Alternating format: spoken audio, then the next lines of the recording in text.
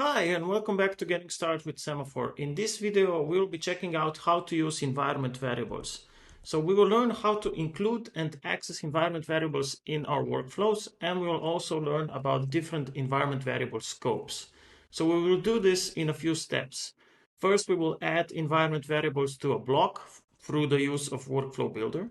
Then we will add an environment variable through a YAML file, which means we will do it manually. And last, we will explore built-in Semaphore environment variables. So let's start with step one. So we are located on our project screen now. In order to access the workflow editor, let's click on the Edit Workflow button. And once this opens up, we will be adding our environment variables. So we are going to add them to a block, and we'll be adding them to the tests block. So this is the second one over here. Let's click on it. In order to add environment variables to a block, we just expand this section over here that is called environment variables. So let's expand it right now. And now we can click on this button over here, add environment variables. And here you need to specify a name and what your variable contains. So let's call it, for instance, Google Analytics ID, and just specify 1, 2, 3, 4 as the variable value. And now we can use this variable in all of the jobs that are contained in this block. So for instance, if I wanna echo it, I can just do echo Google Analytics ID. And we can do the same thing with our integration test job. And once we do this, we can just click on the Run the Workflow button and click on Looks Good Start so that the workflow updates and this configuration saves. And now the workflow is going to be triggered, and we will be able to see how our environment variables have been included into our block. So let's wait for a few seconds. And once these two go through, we'll be able to click on them. So let's click on the unit tests part. And you can see that here, this command where we echoed our Google Analytics ID, this variable was included in our job. So we've successfully added environment variables to our testing block, but there is also another way of adding them. We can add them to our promotions as well. So there is one small difference. When we add an environment variable to a promotion, then those get added to the pipeline. So all of the blocks that are in the pipeline of a certain promotion will receive those environment variables. So let's check this out right now, and let's go back to editing our workflow. Okay, so let's edit our staging and deployment promotion. And you can see here we can add environment variables at the bottom. So as said, when we add environment variables to a promotion, these get passed on to our pipeline that gets triggered after the promotion, which means that all of the blocks we have inside will be able to use this variable. So let's add one now. And here we can name it. Let's name it global var, for instance. And you can also add a description here as well to give some context to the variable. And you can also specify the valid options for this variable. So if you separate these things by a new line, then these are the only valid options for this environment variable. So we'll leave this one blank for now. But this one can be used, for instance, for testing environments and inputting certain variables that have only a fixed number of options. So we will leave this one blank, and we'll just specify a default value here. And now in order to use this variable, I'll just copy this name over here, and we can go inside our pipeline, and after deploying to staging, we can also echo our global variable here. So let's save this. Let's run our workflow. And after a few seconds, we should see our staging deployment being triggered since we set it to auto. And let's wait for a few seconds. So here we can see our pipeline triggering. The unit tests will go through, the integration tests will go through. And now the staging deployment promotion has started. And afterwards, when it's finished, we can click on this pipeline and view our deployment to staging. And here we can see that this is our global variable that we've just set. Now, as said, this can be used throughout your whole pipeline in all of your blocks. Now, we haven't talked about the scopes of our environment variables yet. So what we're going to do is we are going to go back to the workflow editor and add the same environment variable name to a block that follows our promotion and see what happens afterwards. Let's click on our staging deployment promotion, and we can see that we have our global var defined.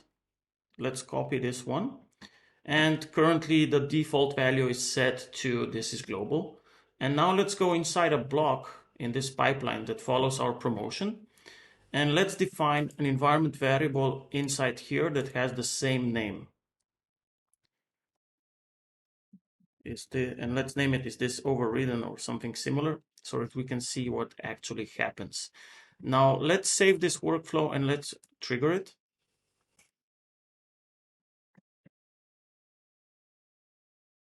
And after a few seconds, of course, when our pipeline finishes its job, we'll see what happens. Let's wait for the unit tests and the integration tests. Luckily, we don't have any actual tests running. So, okay, the staging deployment has been triggered, and let's click on it. And now let's click on the deploy section, and we can see that this variable was overridden. So this is how it works. If you define an environment variable inside your block and you also have an environment variable defined inside your promotion, it will get overridden if that variable has the same name. So now we've successfully added environment variables to a block by using the workflow builder. We've also talked about how variables take precedent and how to add them to promotions. Now we will be adding environment variables manually. So we will be checking out the Semaphore YAML files and see where those variables can be added if we want to add them manually.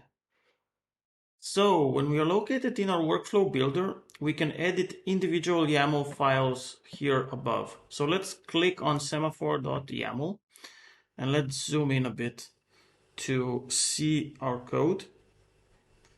And you can see where our environment variables have been added. So there's a subsection called envars, and here you need to specify the name and the value of your environment variables.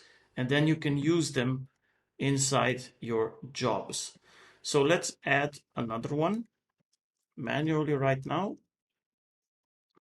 So we can specify a name. Let's name it Twitter Analytics ID. And we can specify a value 4567, for instance. And if you want to use them in your jobs, you can then just add another line over here and echo Twitter Analytics ID. So this is how you add them inside one of your blocks. But let's check out the promotions part. So if we go below, you can see that the environment variables here have a lot more parameters. So there's the required parameter, which you need to set to either true or false. And then you have the options. So here you can specify what kind of options are actually valid for your environment variable. This is the default value that we have set. So this parameter is used to set a default value for your environment variable. And this is an optional description that you can specify as context to your fellow co-workers. And the name is the same. So here you can name how your environment variable is named. So when these get passed along to your pipelines, you can see, let's open pipeline2.yaml, which contains our staging deploy. Here you can echo your global var. So now let's just save our work. So the environment variable we've added, and let's just click run the workflow to save the environment variable we've just added. And it's going to take a few seconds as usual to trigger our pipeline. We've added one. Let's click run. And now let's just see what happens. So we can see that our environment variable is named. I think, to our unit tests. So let's wait for it to go through. And now let's click on the unit test section. And here you can see that we've echoed our Twitter Analytics ID. So this is basically the part where we've added our environment variables manually, and you can just save your YAML files and the workflow will get triggered. Now you can also edit these files, of course, by using any Visual Code editor by opening these YAML files in your .semaphore folder. Now we've added an environment variable manually to our YAML file. We can explore built-in Semaphore environment variables. Now these variables are all prefixed with Semaphore underscore, and we can use them in our workflows. So let's check them out right now. Now, when we are located in our workflow editor, let's open up the tests block. And here we will include the Semaphore environment variables. So these get included into your blocks, and basically they are injected. So you can use them everywhere inside your jobs. So I have a few written down here. They are all prefixed with Semaphore. And let's try to echo these. So Semaphore, Semaphore project name, Semaphore project ID, and Semaphore organization URL. So all of these are included in the documentation link below this video. So there you have a description of all of the possible environment variables and what they represent. So let's copy these, and I'm just going to echo them inside our unit tests. So echo Semaphore project name, echo Semaphore project ID, and echo Semaphore organization URL. And let's save our workflow and see the values of these environment variables. So again, these get included into your jobs automatically, so you can use them anytime. So let's wait for this to finish. Okay, it's almost there. So let's click on it and open up the interface, and let's expand them. So this Semaphore variable represents if it's a Semaphore workflow. Then you have the project name, which is Semaphore -node. The project ID is the ID of the project we've created, and this is the organization URL address. And you can use these in your workflows at any time.